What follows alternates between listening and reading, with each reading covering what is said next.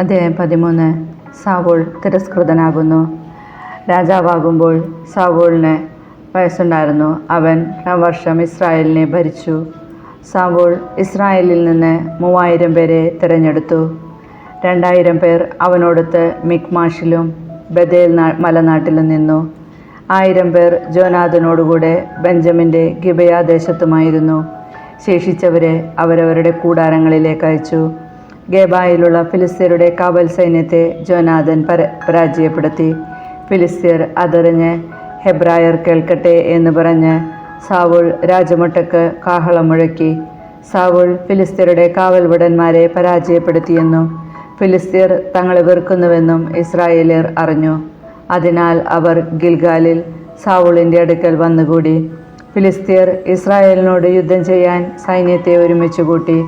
30,000 രഥങ്ങൾ, 6,000 കുതിരപ്പടയാളികൾ, കടൽ തീരത്തെ മണൽത്തരി പോലെ എണ്ണമറ്റ കാലാൾപ്പട. അവർ ബത്താവിന് കിഴക്കുള്ള മിക്മാഷിൽ കൂടാരമടിച്ചു.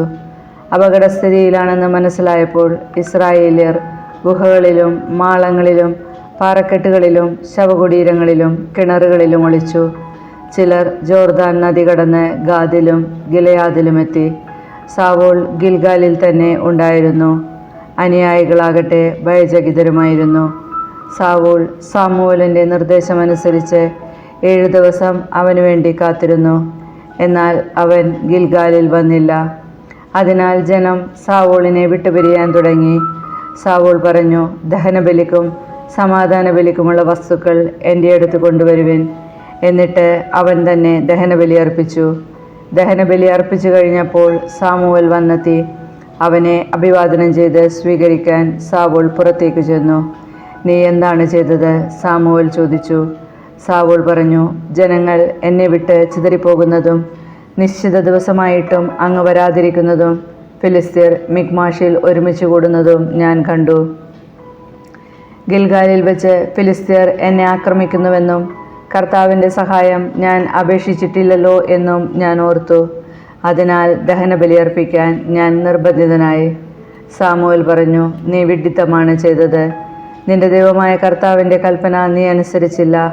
അനുസരിച്ചിരുന്നെങ്കിൽ അവിടുന്ന് നിന്റെ രാജ്യത്വം ഇസ്രായേലിൽ എന്നേക്കുമായി സ്ഥിരപ്പെടുത്തുമായിരുന്നു. എന്നാൽ നിന്റെ ഭരണം ഇനി ദീർഘിക്കുകയില്ല. കർത്താവിൻ്റെ കൽപ്പനകൾ നീ അനുസരിക്കാകിയാൽ നിന്റെ ഹിതാനുവർത്തിയായ ഒരാളെ അവിടുന്ന് തിരഞ്ഞെടുത്തിട്ടുണ്ട്.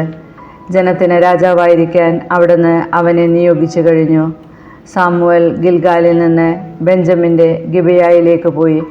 600 പേർ മാത്രമേ സാവൂളിനോടുകൂടെ അവശേഷിച്ചിരുന്നുള്ളൂ. സാവൂളും പുത്രൻ ജോനാഥനും ആ ജനങ്ങളും ബെഞ്ചമിൻ ഗേബ ദേശത്ത് പാളയമടിച്ചു. ഫിലിസ്ത്യർ മിക്മാഷിലും കൂടാരമടിച്ചു. ഫിലിസ്ത്യരുടെ പാളയത്തിൽ നിന്ന് 3 സംഘങ്ങൾ കവർച്ചയ്ക്ക് പുറപ്പെട്ടു.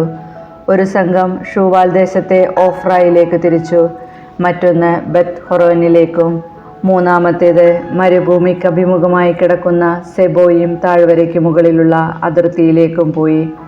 അക്കാലത്ത് ഇസ്രായേൽ ഒരിടത്തും കൊല്ലന്മാർ ഇല്ലായിരുന്നു. ഹെബ്രായർ വാളും കുന്തവും ഉണ്ടാക്കാതിരിക്കാൻ ഫിലിസ്ത്യർ മുൻകരുതലെടുത്തിരുന്നു. ഇസ്രായേലിയർക്ക് തങ്ങളുടെ കൊഴു, തൂമ്പ, കോടാലി, അരിവാൾ എന്നിവ മൂർച്ച വരുത്തുന്നതിന് ഫിലിസ്ത്യരുടെ അടുക്കൽ പോകേണ്ടിയിരുന്നു. കൊഴുവിനും തൂമ്പായ്ക്കും 2 ഷെക്കലും കോടാലിക്ക് മുടിങ്കോലിനും 1 ഷെക്കലും ആയിരുന്നു നിരക്ക്. യുദ്ധദിവസം സാവൂളിനും പുത്രൻ ജോനാഥനും ഒഴികെ മറ്റാർക്കും വാളോ കുന്തമോ ഉണ്ടായിരുന്നില്ല. ഫിലിസ്ത്യരുടെ കാവൽ സേന മിക്മാഷ് ചുരത്തിലേക്ക് നീങ്ങി. അധ്യായം 14. ജോനാഥൻ്റെ സാഹസികത.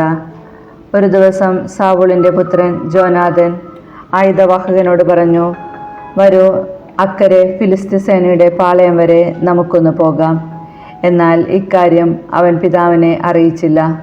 സാവൂൾ ഗിബെയയുടെ അതിർത്തിയിലെ മിഗ്രോനിൽ മാതളനാരകത്തിൻ്റെ കീഴിലായിരുന്നു.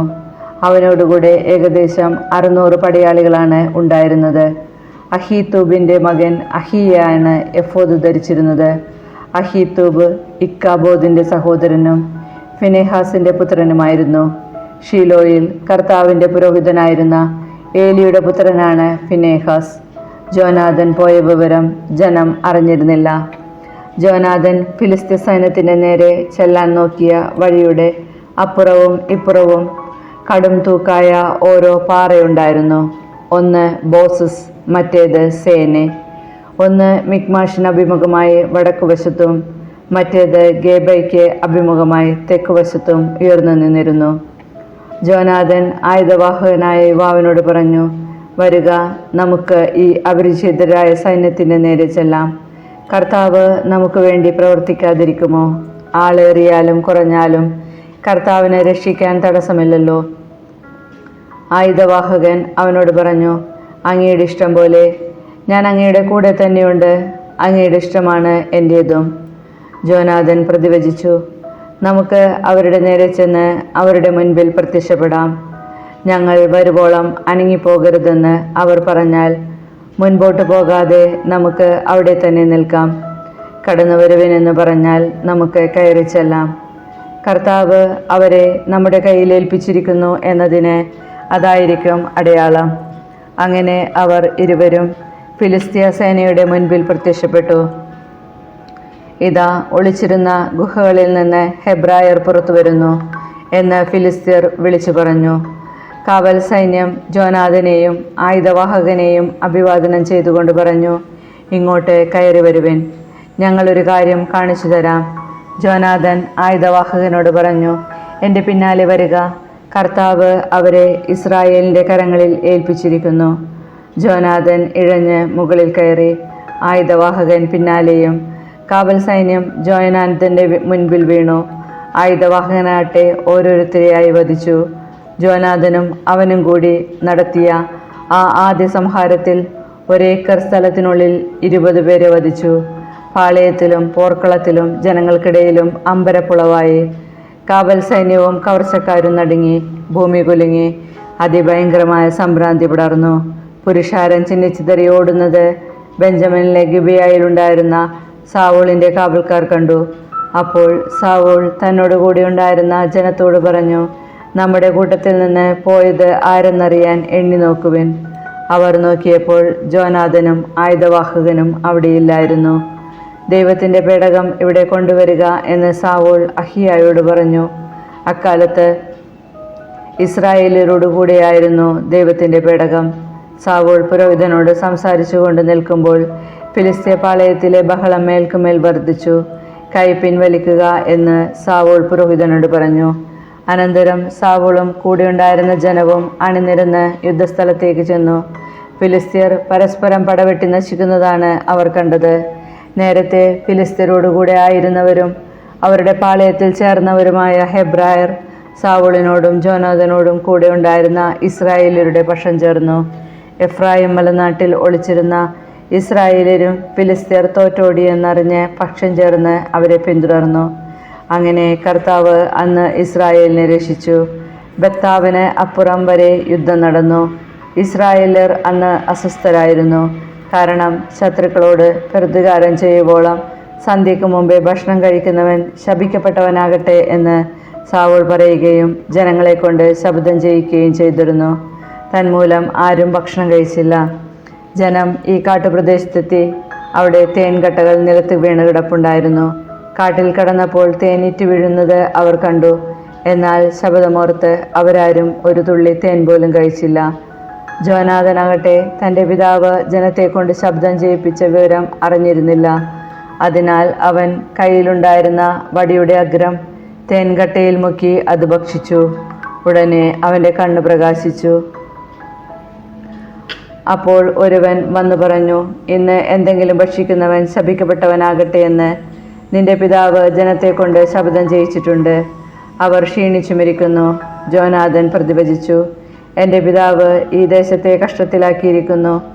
അല്പം തേൻ കഴിച്ചപ്പോൾ എൻ്റെ കണ്ണ് തെളിഞ്ഞത് കണ്ടില്ലേ? ശത്രുക്കളിൽ നിന്ന് പിടിച്ചെടുത്ത ഭക്ഷണ സാധനങ്ങൾ ജനം വേണ്ടുവോളം ഭക്ഷിച്ചിരുന്നുവെങ്കിൽ എത്രയോ നന്നായിരുന്നു. ഫിലിസ്ത്യരെ എത്രയോ അധികം കൊന്നൊടുക്കുവാൻ സാധിക്കുമായിരുന്നു. അവർ ഫിലിസ്ത്യരെ മിക്മാഷ് മുതൽ അയ്യാലോൻ വരെ അനുധാവനം ചെയ്ത് സംഹരിച്ചു. ജനം അത്യധികം ക്ഷീണിച്ചിരുന്നു. അവർ കൊള്ളവസ്തുക്കളായ ആടുമാടുകളെയും കിടാക്കളെയും പാഞ്ഞു ചെന്ന് പിടിച്ച് നിലത്തടിച്ചു കൊന്ന് രക്തത്തോടെ ഭക്ഷിച്ചു. അവർ സാവൂളിനോട് പറഞ്ഞു, രക്തത്തോടുകൂടി ഭക്ഷിക്കിയാൽ ജനം കർത്താവിനെതിരെ പാപം ചെയ്തിരിക്കുന്നു. സാവൂൾ പറഞ്ഞു, നിങ്ങൾ അവിശ്വസ്തത കാണിച്ചിരിക്കുന്നു. വലിയ ഒരു കല്ല് എൻ്റെ അടുക്കൽ ഉരുട്ടിക്കൊണ്ടുവരുവിൻ. ഓരോരുത്തനും അവനവൻ്റെ കാളയെയോ ആടിനെയോ ഇവിടെ കൊണ്ടുവന്ന് കൊന്നു തിന്നാനും രക്തത്തോടുകൂടി ഭക്ഷിച്ച് കർത്താവിനെതിരെ പാപം ചെയ്യാതിരിക്കാനും നിങ്ങൾ എല്ലാ ജനങ്ങളോടും പറയുവിൻ. അന്ന് രാത്രി ഓരോരുത്തരും കാളകളെ കൊണ്ടുവന്ന് അവിടെ വച്ച് കൊന്നു. സാവൂൾ കർത്താവിനൊരു ബലിപീഠമുണ്ടാക്കി. അവൻ പണിയിച്ച ആദ്യത്തെ ബലിപീഠമാണത്. സാവൂൾ പറഞ്ഞു, നമുക്ക് രാത്രിയിലും ഫിലിസ്ത്യരെ പിന്തുടർന്ന് പ്രഭാതം വരെ കൊള്ളയടിക്കുകയും സകലരെയും കൊന്നൊടുക്കുകയും ചെയ്യാം. അങ്ങേക്ക് ഉചിതമെന്ന് തോന്നുന്നത് ചെയ്യുക എന്ന് ജനം മറുപടി പറഞ്ഞു. എന്നാൽ പുരോഹിതൻ, നമുക്ക് ദൈവത്തോട് ആരായാമെന്ന് പറഞ്ഞ് സാവൂൾ ദൈവത്തോട് ചോദിച്ചു, ഞാൻ ഫിലിസ്ത്യരെ പിന്തുടരണമോ? അങ്ങ് അവരെ ഇസ്രായേലിൻ്റെ കരങ്ങളിൽ ഏൽപ്പിക്കുമോ? എന്നാൽ അവിടുന്ന് അന്ന് അവന് മറുപടി നൽകിയില്ല. സാവൂൾ കൽപ്പിച്ചു, ജനത്തിലെ പ്രമാണികളെല്ലാവരും അടുത്തു വരട്ടെ. ഇന്ന് ഈ പാപം എങ്ങനെ സംഭവിച്ചു എന്ന് അന്വേഷിച്ചറിയാം. ഇസ്രായേലിൻ്റെ രക്ഷകനായ കർത്താവാണ് ഇത് ചെയ്തത്. എൻ്റെ മകൻ ജോനാഥൻ തന്നെയാണെങ്കിലും മരിക്കണം. ആരും ഉത്തരം പറഞ്ഞില്ല. അവൻ എല്ലാ ഇസ്രായേലിയരോടുമായി പറഞ്ഞു, നിങ്ങൾ ഒരു ഭാഗത്ത് നിൽക്കുവിൻ, ഞാനും എൻ്റെ മകൻ ജോനാഥനും മറുഭാഗത്ത് നിൽക്കാം. നിന്റെ ഇഷ്ടം പോലെയാകട്ടെ എന്ന് ജനം പറഞ്ഞു. സാവൂൾ അപേക്ഷിച്ചു, ഇസ്രായേലിൻ്റെ ദൈവമായ കർത്താവ്, ഇന്ന് അങ്ങയുടെ ദാസനോട് ഉത്തരം പറയാത്തതെന്ത്? ഈ പാപം എൻ്റേതോ എൻ്റെ മകൻ ജോനാഥൻ്റെതോ ആണെങ്കിൽ ഇസ്രായേലിൻ്റെ ദൈവമായ കർത്താവെ, അങ്ങ് ഉറിയും കൊണ്ട് ഇസ്രായേൽ ജനത്തിൻ്റെതെങ്കിൽ തുമ്മിയും കൊണ്ടും അടയാളം കാണിക്കണമേ. ജോനാഥനും സാവൂളും കുറ്റക്കാരായി കാണപ്പെട്ടു. ജനം രക്ഷപ്പെട്ടു. സാവൂൾ പറഞ്ഞു, എൻ്റെയും എൻ്റെ മകൻ ജോനാഥൻ്റെയും പേരിൽ കുറിയിടുവിൻ. കുറി ജോനാഥൻ്റെ പേരിൽ വീണു. സാവൂൾ ജോനാഥനോട് ചോദിച്ചു, നീ എന്താണ് ചെയ്തത്? എന്നോട് പറയുക. ജോനാഥൻ പറഞ്ഞു, എൻ്റെ കയ്യിലുണ്ടായിരുന്ന വടിയുടെ അഗ്രമുക്കി അല്പം തേൻ ഞാൻ രുചിച്ചു. ഞാനിതാ മരിക്കാൻ തയ്യാറാണ്. ജോനാഥൻ, നീ വധിക്കപ്പെടുന്നില്ലെങ്കിൽ ദൈവം എന്നെ ശിക്ഷിക്കട്ടെ. അപ്പോൾ ജനം സാവൂളിനോട് പറഞ്ഞു, ഇസ്രായേലിനെ വൻ വിജയം നേടിക്കൊടുത്ത ജോനാഥൻ മരിക്കണമെന്നോ? അത് പാടില്ല. കർത്താവാണേ സത്യം, അവൻ്റെ തലയിൽ ഒരു മുടി പോലും നിലത്ത് വീണുകൂടാ. അവൻ ദൈവേഷ്ടമാണ് ഇന്ന് പ്രവർത്തിച്ചത്. അങ്ങനെ ജനം ജോനാഥനെ രക്ഷിച്ചു. അവൻ വധിക്കപ്പെട്ടില്ല. സാവൂൾ ഫിലിസ്ത്യരെ പിന്തുടരാതെ മടങ്ങി. ഫിലിസ്ത്യരാകട്ടെ തങ്ങളുടെ സ്ഥലത്തേക്ക് പോയി. ഇസ്രായേലിൻ്റെ രാജാവായതിനു ശേഷം മൊവാബ്യർ, അമോന്യർ, ഏദോമ്യർ, സോബ രാജാക്കന്മാർ, ഫിലിസ്ത്യർ എന്നിങ്ങനെ ചുറ്റുമുള്ള ശത്രുക്കളോടെയെല്ലാം സാവൂൾ പൊരുതി. അവൻ ചെന്നിടങ്ങളിലെല്ലാം വിജയം വരിച്ചു. അവൻ അമലേക്കരോടും വീറോടെ പൊരുതി ജയിച്ചു. ഇസ്രായേലിനെ കവർച്ചക്കാരുടെ കരങ്ങളിൽ നിന്ന് മോചിപ്പിച്ചു. സാവൂളിൻ്റെ പുത്രന്മാർ ജോനാഥനും ഇഷിയും മൽക്കിഷയുമായിരുന്നു. പുത്രിമാരിൽ മൂത്തവൾ മേരബ്, ഇളയവൾ മികാൽ. അഹിമാസിൻ്റെ മകൾ അഹിനോവാം ആയിരുന്നു സാവൂളിൻ്റെ ഭാര്യ. പിതൃ സഹോദരനായ നേറിൻ്റെ മകൻ അബ്നേർ സേനാപതിയും സാവൂളിൻ്റെ പിതാവ് കിഷും അബ്നേറിൻ്റെ പിതാവ് നേറും അബിയേലിൻ്റെ പുത്രന്മാരായിരുന്നു. സാവൂളിൻ്റെ ഭരണകാലം മുഴുവൻ ഫിലിസ്ത്യരുമായി ഉഗ്രയുദ്ധം നടന്നു. ശക്തരും ധീരരുമായവരെയെല്ലാം അവൻ തന്നോടുകൂടെ ചേർത്തിരുന്നു. അധ്യായം 15. സാവൂൾ കൽപ്പന ലംഘിക്കുന്നു. സാമുവൽ സാവൂളിനോട് പറഞ്ഞു, തൻ്റെ ജനമായ ഇസ്രായേലിൻ്റെ രാജാവായി നിന്നെ അഭിഷേകം ചെയ്യാൻ കർത്താവ് എന്നെ അയച്ചിരിക്കുന്നു. അതിനാൽ കർത്താവിൻ്റെ വചനം കേട്ടുകൊള്ളുക.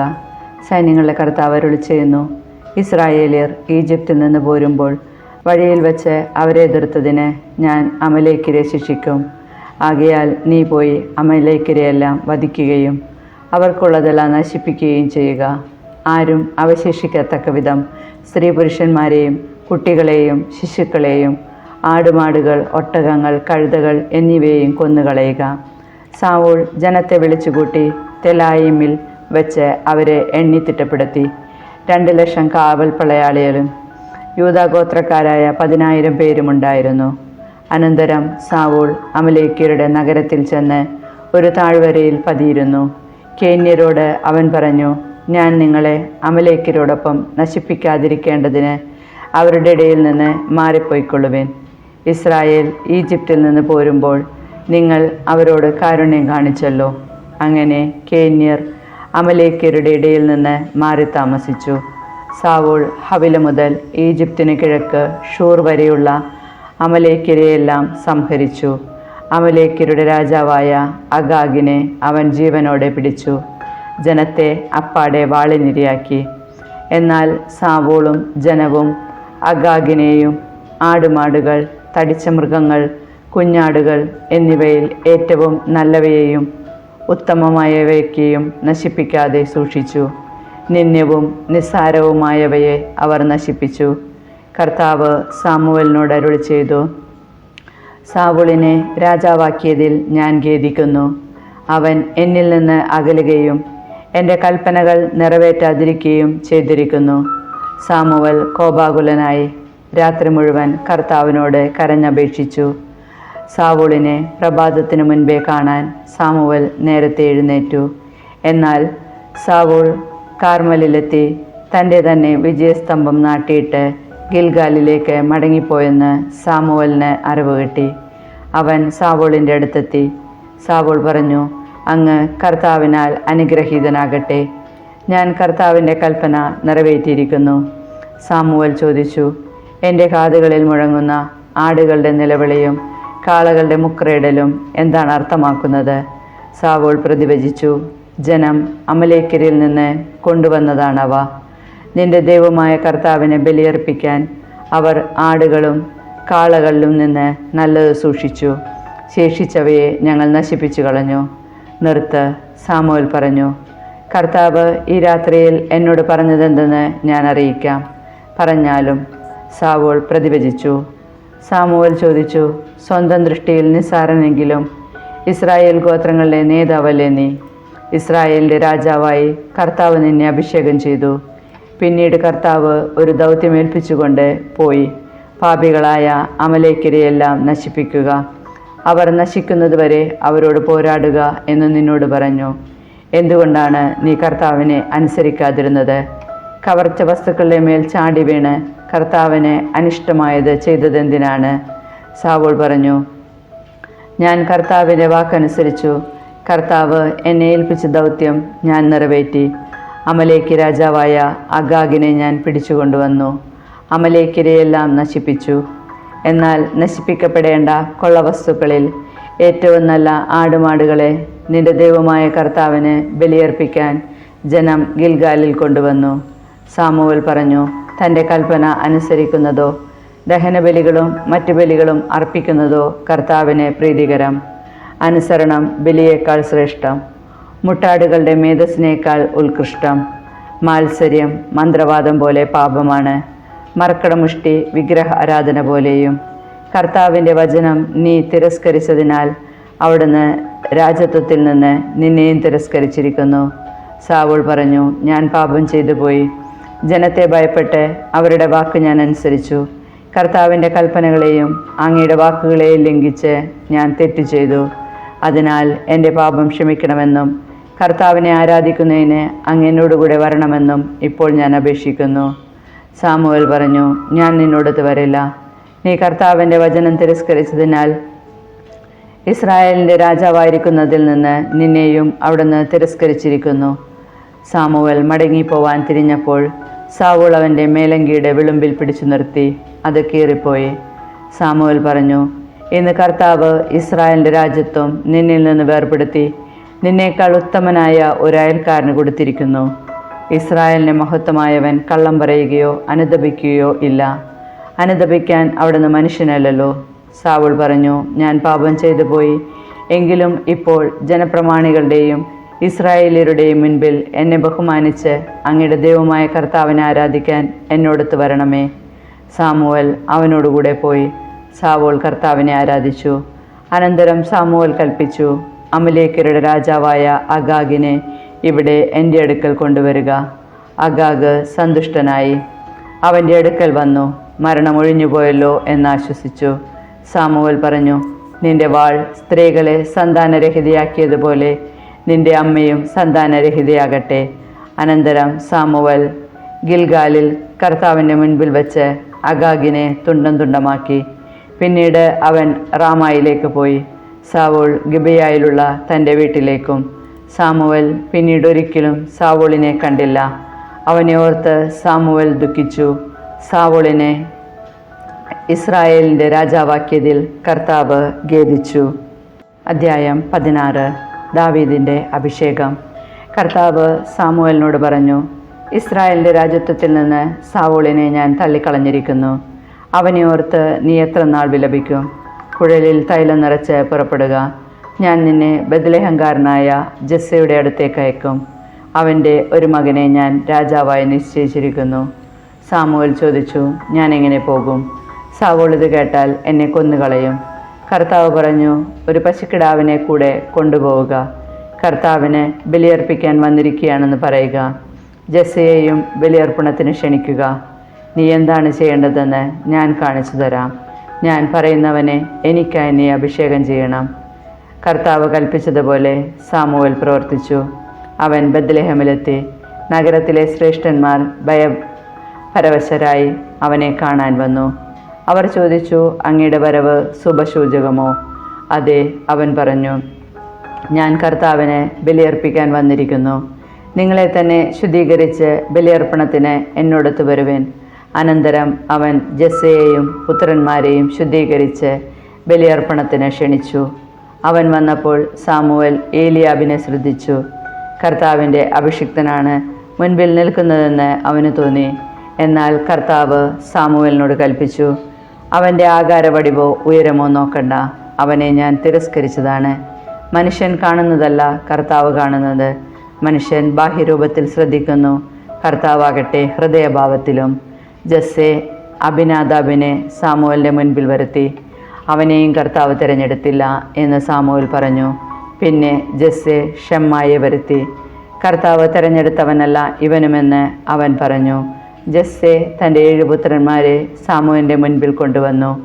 അവൻ ജസ്സയോട് പറഞ്ഞു, ഇവരെ ആരെയും കർത്താവ് തിരഞ്ഞെടുത്തിട്ടില്ല. നിന്റെ പുത്രന്മാർ എല്ലാവരുമായോ എന്ന് സാമുവേൽ അവനോട് ചോദിച്ചു. ഇനി ഇളയ മകനുണ്ട്, അവൻ ആടുകളെ മേയ്ക്കാൻ പോയിരിക്കുകയാണ്. അവൻ പറഞ്ഞു. അവനെ ആളയച്ചു വരുത്താൻ സാമുവേൽ ആവശ്യപ്പെട്ടു.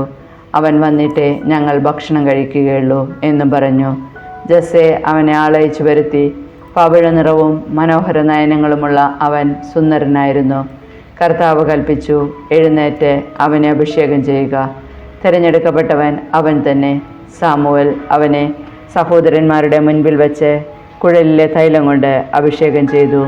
അന്നു മുതൽ കർത്താവിൻ്റെ ആത്മാവ് ദാവീദിൻ്റെ മേൽ ശക്തമായി ആവസിച്ചു.